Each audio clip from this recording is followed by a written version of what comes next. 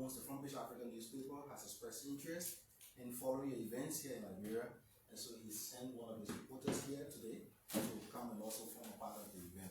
And we'll also have reporters here from the oldest newspaper in the country, the Daily Observer newspaper. He's one of the editors there. We'll also have a reporter from the Inquirer newspaper, one of the most respected papers locally. We'll have one of the most listened to radio stations, OKFM. And we'll also have a reporter from State Radio ELBC who is here as well. And then Prime FM, one of the private radio stations. So you're welcome. And then I will turn it back over to Dr. Gay and then we'll introduce who's going to be speaking. So thank you so much. Thank you. Thank you so much, Umaga, for the wonderful introduction of our country's eminent journalists and all the work you have done. And I just want to appreciate you for being here. We did not come with loud noise, but we came for a purpose. And I want to use this occasion to thank the wonderful team and the way it even assembled is all history. So I will not call their names, they will call their name, and by the time we leave from Liberia, they will have a Liberian name. So that I can assure you. But the good thing is, I want to use the opportunity to introduce our staff, our country director, Franklin Johnson. He has been here for the Prince Ibrahima Isabella Freedom Foundation, who you all will learn more about. And Jibril Bar, he's our special aide, who has done tremendous work in making sure we coordinate what's happening around. And with that, the Prince Ibrahima Foundation is so pleased that we could make this happen, because part of our work is to bridge the gap, to find out our narrative, lost stories, how best we all can know that we have a shared past. If people who do not know their past, bound to fail. We also know that amnesia, historical amnesia, distorted, can lead into the wrong way we think about ourselves and our progress. And that's the reason why the story of the Guerrero makes sense. But I will let this opportunity for people involved with this wonderful narrative that has to do with Liberia, and not just Liberia's story, but the rest of the world, can come to light.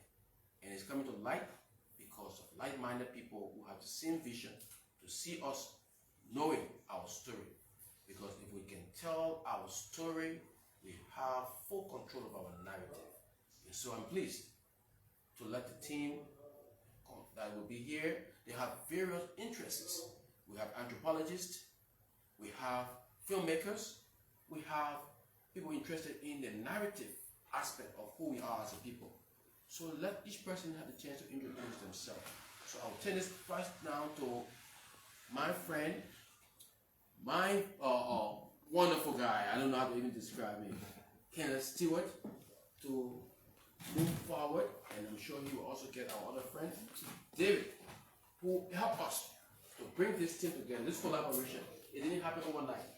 It took heads, it took hearts, and it took mind to make it happen. So, Ken, the floor is yours. Oh, well, thank you. I really want to thank Artemis Gay for really putting this all together. My name is Kenneth Stewart. Everybody calls me Ken. I am the co-founder of an organization that most of us are part of, called Diving with a Purpose. Diving with a Purpose is the initial reason.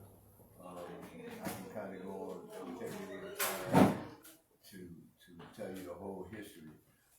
But Diving with a Purpose is an organization I co-founded over 20 years ago. It teaches the lay scuba divers, which most of us are in here, lay scuba divers, how to identify and map underwater shipwrecks. It's as simple as that. It's a twofold organization. We also do ocean conservation, but the reason why we're here, this group is here, is because of our maritime archaeology.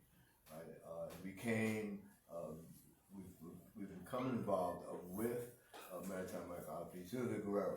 Of course, you know the story of the Guerrero. Guerrero was in Key Largo, sank in Key Largo in 1827. December, anniversary is coming up, December 18th, right?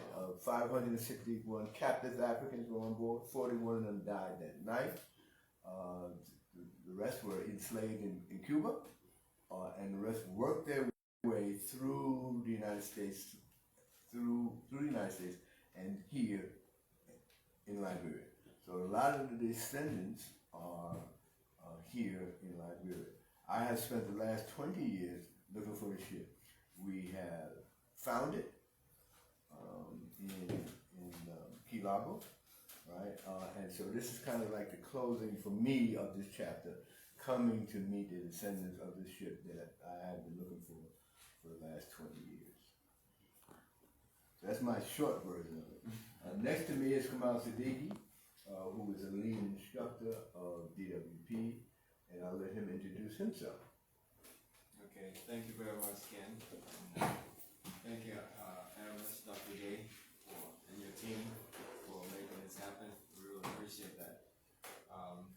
As Ken mentioned, my name is Kamal Siddiqui, and I'm on the board of directors of Diving with Purpose, and also a lead instructor in the Maritime Archaeology program, as Ken mentioned, that teaches divers how to do this documentary work.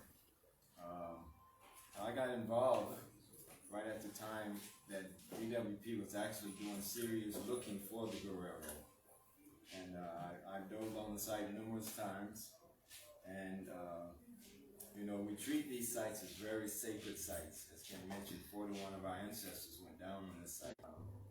By being at that particular site, and now being here in Monrovia in Liberia, where some of the descendants of those folks from that wreck is walking the streets here in Liberia. It's a real powerful thing.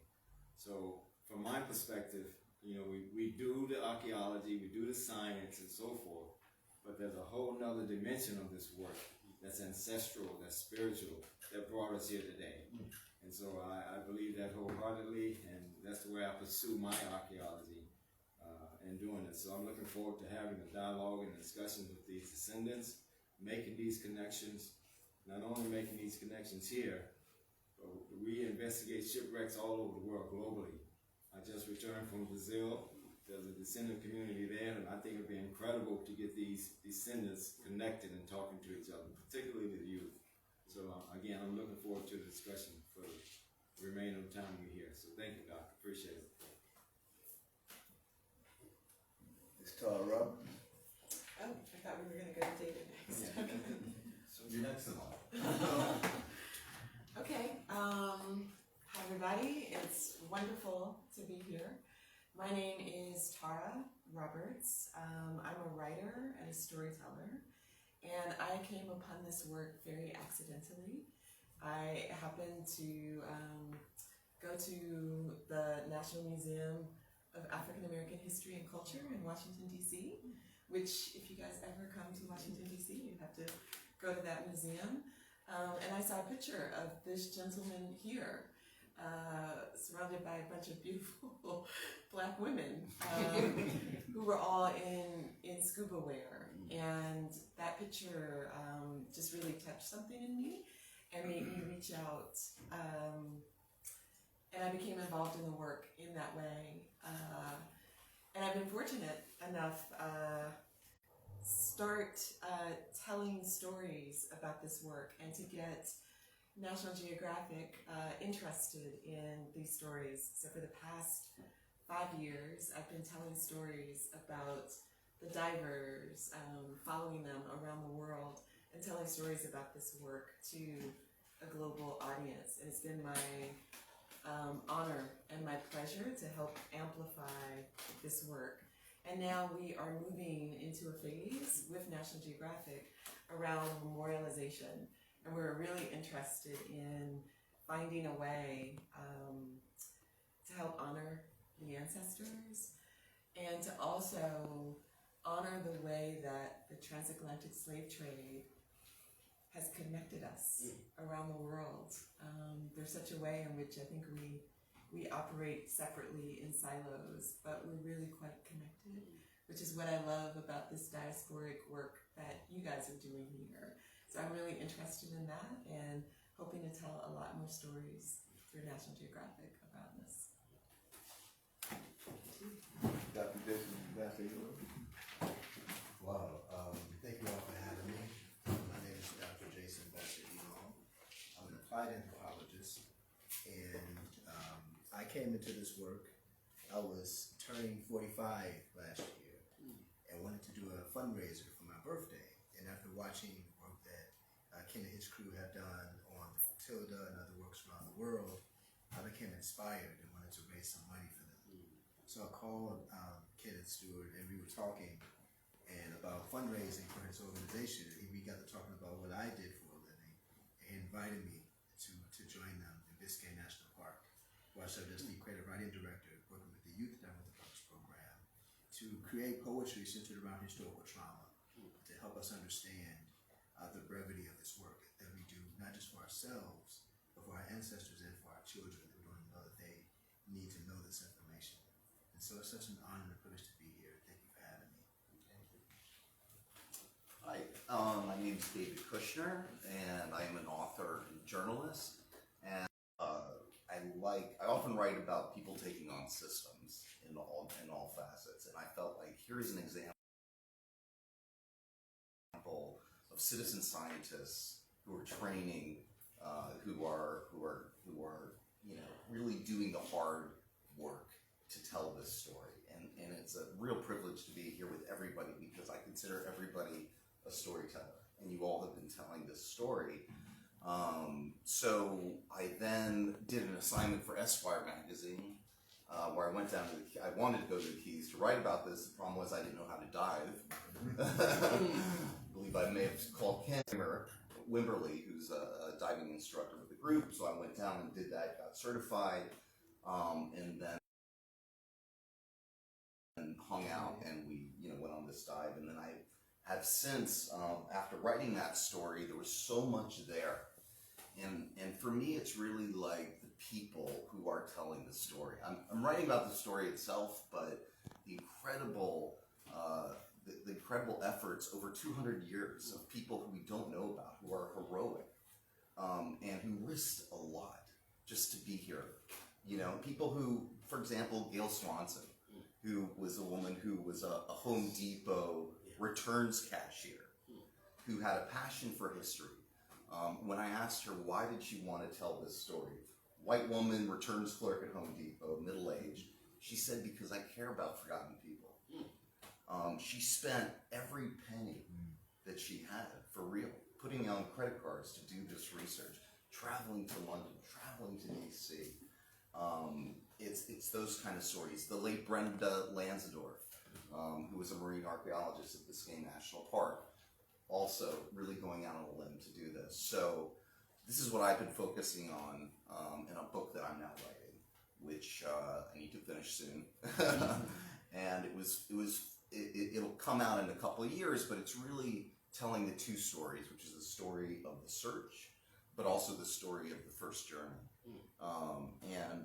It's been incredible to get my hands on some of the primary source documents and to read the words and the depositions, that really put you in this place. So coming here, really want to thank Artemis for his tremendous work. I mean, I was in the Keys this summer. Corey Malcolm, another person very central to this, had suggested we start talking about finding descendants. He said, you should look up this guy Artemis, who reached out to me, called him up, immediately connected on this, felt the passion, and Artemis says, when are you coming? And I said, December? Called Ken, hey, I'm going to do this thing. He's like, I'm coming too. And now we're all here. And I just feel like it's an incredible thing that this has come together in 3 months. And it wasn't going to happen. So very meaningful, and looking forward to this week.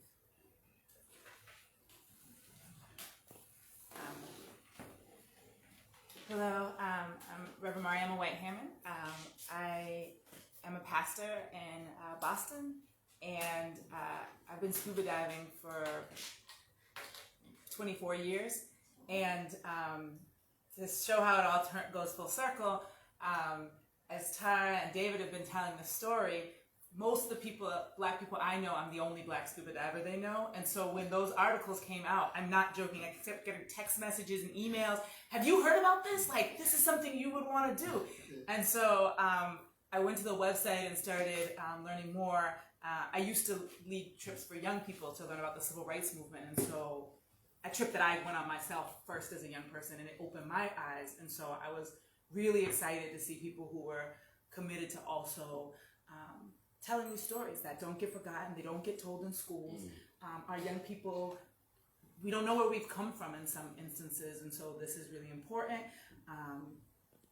But also united with scuba diving, which has been a passion for me for years, and is a deeply spiritual practice for me.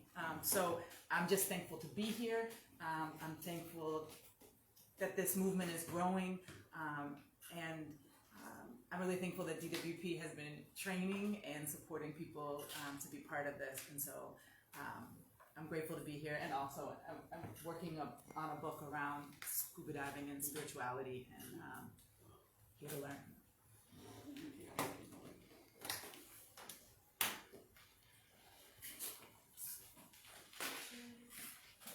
Hi, I'm Brianne Clark. I am the president and founder of the African Narrative Network, also known as ANN, where we focus on telling the African stories, but from the African narrative for preservation and conservation, because a lot of times the stories aren't being told from the African perspective.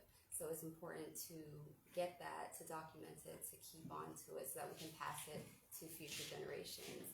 Like others, I'm the baby diver of the crew, and I was introduced to Diving with Purpose by coming across Miss Tara Roberts' documentary on National Geographic, and that happened when I took a trip to Sudan, and I wanted to become a pyramid diver, and the first thing I was like, is there Black scuba divers?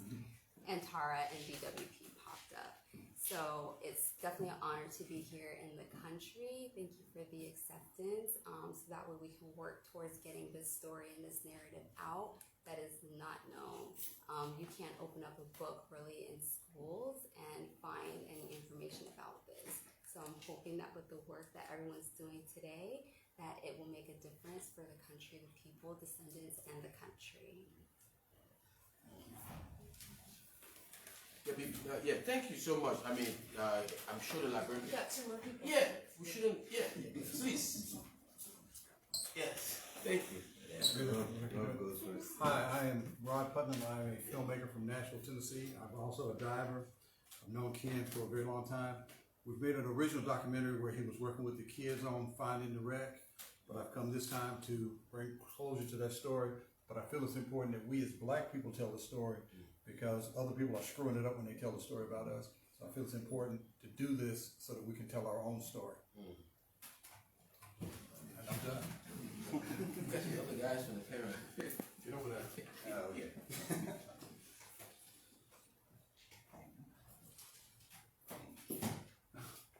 Okay, so she's taking over my small task. Alright, so good afternoon everybody. It's an honor to be in Liberia. My name is Abraham. My story is very different from everyone else's. First reason is I'm not a diver. I'm actually a lawyer professionally, but I've always, from when I was a kid, had issues with the fact that I didn't know anything about my history, about my origin. I can't speak my language. I can't tell about my culture. And I always thought it was weird that my parents taught me everything English growing up and never anything African. I've always thought they need to do what I can do to change the mindset for younger people. So my coming across DWP was through Brian, president and founder of ANN.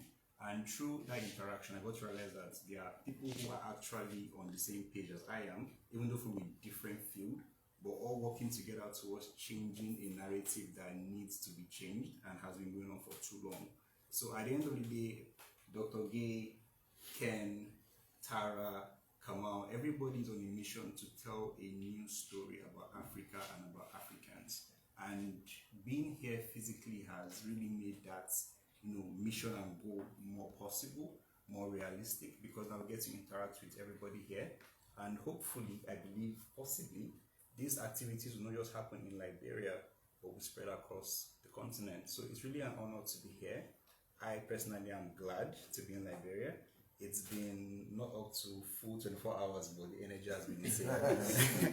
And I'm looking forward to what the rest of the week has to offer. So thank you. All right before you go to get into the question and answer sessions, and I want to also use the occasion to let my boss from Liberia to welcome us. So let me turn over to Franklin Johnson.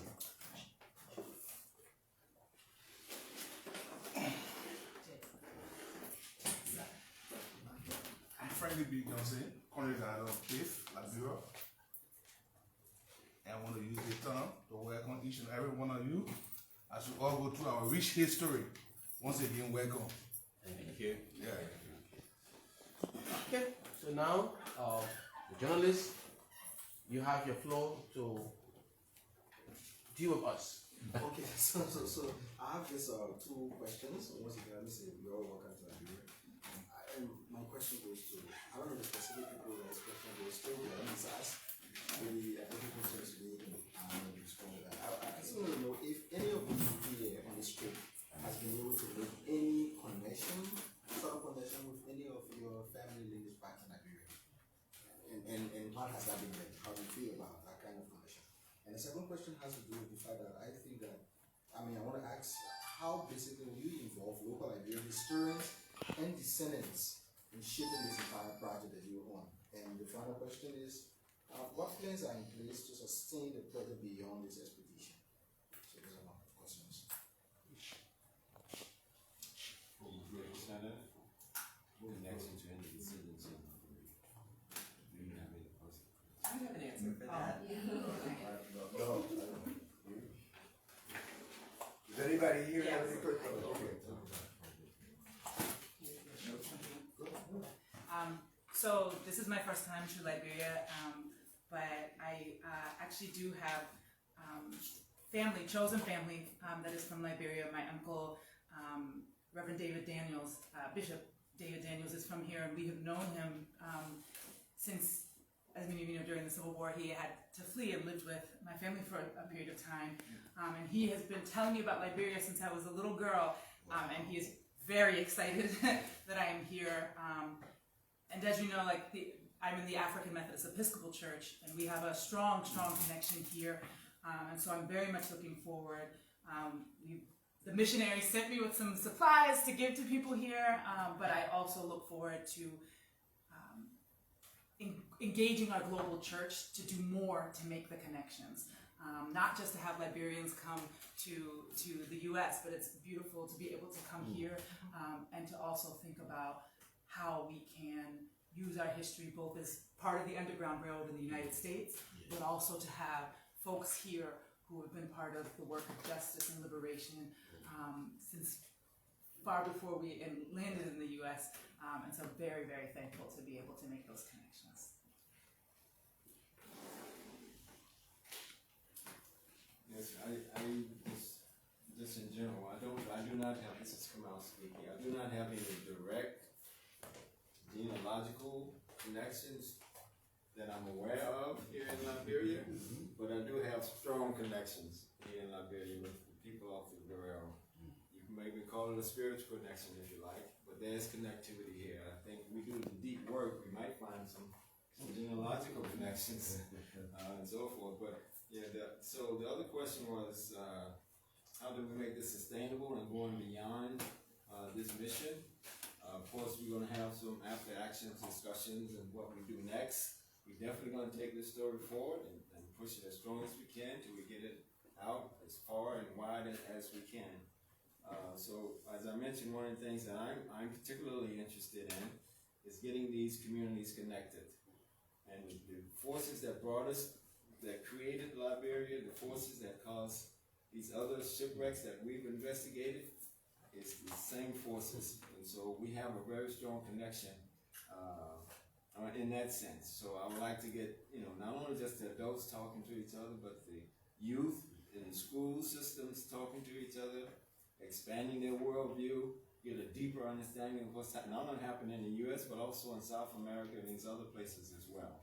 So that might be part of the discussion, but as this team talk about what the future looks like, hopefully I can make that as part of the discussion as well, to unite these descendant communities against these forces that don't want these stories told.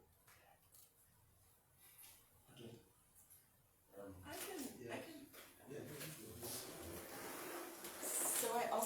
don't know if I have any connections directly here. That's why I'm staring at you. I'm looking to see if you can. And my last name is Roberts. There we And go. like, you know. But I am hoping to find more connections. I wanted to just speak on the sustainability bit and how we move this forward. The project that I'm working on with Nat Geo, which I haven't shared with everyone yet, is a memorialization project. We are looking to actually build and install 4 underwater art installations in the waters of each continent that participated in the trade. And we're trying to figure out where we will do that in Africa and which country would be interested in partnering with us around that.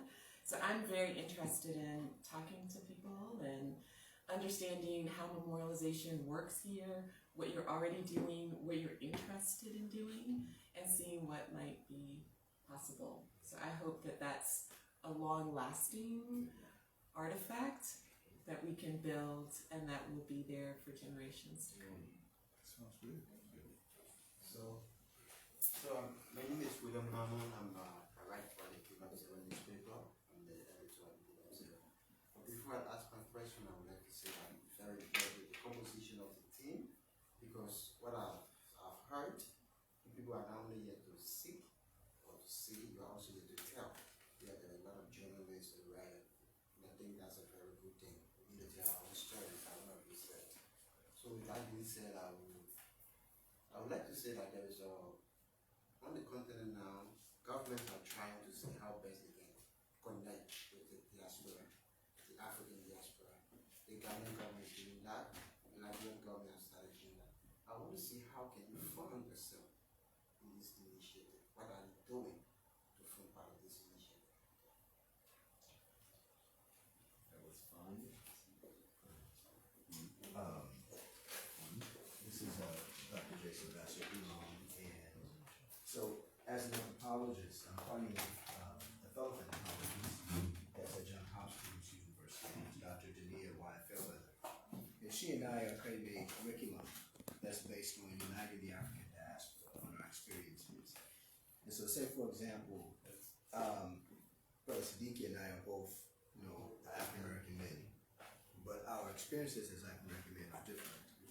Maybe generationally, but even just personally. Across, the African diaspora, we have similar struggles, but we also have unique struggles. And so what I'm interested in is building a course that can unpack some of those struggles. What is it like to be a Liberian? What do you experience as a Liberian day to day? Do you learn about African Americans in school? We don't learn about Liberians in school, and I think that it's part of a plan to keep us disconnected. And so my course is going to reconnect us based on our experiences. I aim to collect qualitative data and analyze that data to get a deeper understanding of experiences of people within the African diaspora abroad, both in the Americas, across the continent of Africa, and elsewhere. So that's just one effort of what people are doing to sort of try to understand who we are as people with respect to our differences. So one of the things that I do, I am the co-founder of Diamond Purpose. I am the co-founder of Blue Diamond Purpose. I am the co-founder of Tennessee Water Project Development Group. I'm the co-founder of another organization called Get Black Outside. And the only reason why I say that is because my emphasis is on young people. I think all the problems that this world faces are from people my age and older and younger. This world is losing, we're losing. The only people that are going to save this planet are young people. So I have devoted my life to training young people to make a difference. I didn't come to I've come to Liberia with a plan. I hope to leave here with a plan to try to introduce some Liberian youth to what we're doing, so they'll be able not only to learn, but maybe make a living, find a job, whatever. We're going to do it in Ghana, we're doing it in South Africa. Right, so that is my goal, right? By the time I leave here, I'm going to sit down here with Artemis and we're going to find some young people to start a process here, right? It's going to take some time, Right? Rome wasn't built in a day, right? But it's gonna take some time, but it's quite doable. So I will have a plan by the time I leave here. I hope as journalists people help me get this plan out and we can find some young people that can take advantage of what we do. Thank you. Yeah, just last one. My name is Prince. I report for Pram FM and focus on Liberia television. So, I'm impressed with your idea, but I'm concerned. How do you also, connect with the Liberian media or partnership, like in telling these stories? Is that part of your plan? Your mission as you come. How do you connect with the media in having the kind of partnership as we go on? You have something like your plan? I think Armin's gonna have to answer that question. Yeah. Okay, so one thing that has really laid the foundation for what we do as a collective is collaboration. So sitting on this table, you don't just have members of DWP, but you have other projects in this circle. So one thing that has really formed the foundation of our mission here is collaboration. We collaborated with Liberia through Dr. Gay, and we also formed that collaboration by having you present here to interact with us and talk to us. So the plan moving forward is every single thing that will be done would be in collaboration with not just the Liberian government, but the different members of the value chain that will ensure the message is taken from the top to the least person in society. Because telling our story is not just a question of governmental conversation. It goes beyond. A lot of things sit on the table up there, but a lot happens below that is not talked about. So collaborations, partnerships are necessary, and we'll make the committed efforts through Dr. Gay and our Liberian representatives to make sure that happens, whether we are on the continent or not on the continent. So yeah. And let me add on to what he said. Connection is so important, and that is why the Prince Ibrahima Isabella Freedom Foundation feels so emboldened and living by this fact that the story of Prince Abdul Rahman and Isabella is a story of collaboration. Prince Abdul Rahman's story is told in the film called Prince Among Slaves. This is African Prince Fulani. Most people in Liberia have this a big controversial issue in Liberia. When we hear the Fulanis, people wonder, are they part of Liberia? It's a whole conversation for another topic. But having said that, his story was a story of uniting different forces. People who were slaveholders, people who were abolitionists, people who were Christian missionaries, were all involved. So it began a collaborative effort to get him free after 40 years of his enslavement in Mississippi, a town called Natchez. Today, Natchez is interested in Liberia because of storytelling. So when we tell our story, we open up new avenues for us, not just forming partnership, but for sustaining it. And I can just feel the spirit in this room, that what we are starting today will go far beyond what happened 200 years ago. And Reverend Hammer mentioned something very important. The AME Church has a very strong history. I know I've been hearing conversation around cemeteries. The second oldest black cemetery is in Liberia. The first is in Sierra Leone. And those who came here the first time to Liberia spent a week at Mother Zion AME Church in New York. And there's a baby buried there. I know that because I wrote about it in this book, It Toast American Pie. And this is the story of Liberia. Interestingly, my good journalists here, they have not been in the school system. But you are here when my friend David told a little portion about this John and Bonard. It's in this book. And we're going to visit that section. It's in Idana, where Trade Town was, a big slave factory right off Idana. So even if we don't see the exact location where, but we know it was in that region, it was mentioned. So writing, telling stories are very good. And you know, one of the powerful thing I always say of any good people is to tell and write. Sometimes we do the oral, but oral is memorization that can get lost if it's not captured in a document or in artifact, as was well stated here of a terror. Because when we document by placing something somewhere, it is there forever. For example, one of the areas we're going to visit in Liberia is a place for the first time in the history of slavery 2 white men were actually found guilty on African soil for the first time. It happened right here in Liberia. They were caught on the St. Paul River. One of them happened to be part of the same ethnic group of the president of Liberia. He was a kissy young man, William Tamba. He was this young man who was involved in what we call a young slave who was the one responsible for feeding the other slaves. He grew older and had to testify against the 4th richest man in the slave time of his period in Sierra Leone. And we know that area, and as you said, well, I feel that place needs to be marked. My cousin and I, Frank and I went there. And the sad thing, the Chinese have already destroyed this place by digging black sand from there. And the day I visited that site, it got on the news because of my friend Ulmaga. He was disturbed by that. So there's a power of narrative, and sometimes Abraham said, well, the information can sit out there, but most of the things happen down. And I think when those down can shake up, everything will come down to that level. So we are in this together to tell our story. I hope I answered some of the questions here. Yes, sir. Thank you. Thank you. Thank you very much.